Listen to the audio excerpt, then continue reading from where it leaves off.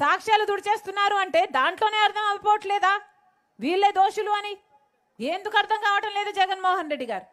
ఎందుకు భయపడుతున్నారు జగన్మోహన్ రెడ్డి గారు? ఎందుకు కాపాడాలని చూస్తున్నారు జగన్మోహన్ రెడ్డి గారు? 5 సంవత్సరాలు ఎందుకు కాపాడారో ప్రజలకు సమాధానం చెప్పాల్సిన లేదా అవసరం లేదా జగన్మోహన్ రెడ్డి గారికి? మళ్ళీ ఇప్పుడు ఆ మనిషికే టికెట్ ఎందుకు ఇచ్చారో ప్రజలకు సమాధానం చెప్పాల్సిన అవసరం లేదా జగన్మోహన్ రెడ్డి గారికి? పబ్లిక్గా నిలబడి వివేకానంద రెడ్డి గారి వ్యక్తిగత జీవితం గురించి మాట్లాడుతున్నాడు ముఖ్యమంత్రి అయిన జగన్మోహన్ రెడ్డి గారు. ఒక్క మంచి మాట చెప్పే మనసు లేకపోయిందా జగన్మోహన్ రెడ్డి గారికి? రాముడికి లక్ష్మణుడు ఎలాగో వివేకానంద రెడ్డి గారు రాజశేఖర రెడ్డి గారికి అలాగా అని చెప్పే మనసు లేకపోయింది జగన్మోహన్ రెడ్డి గారికి.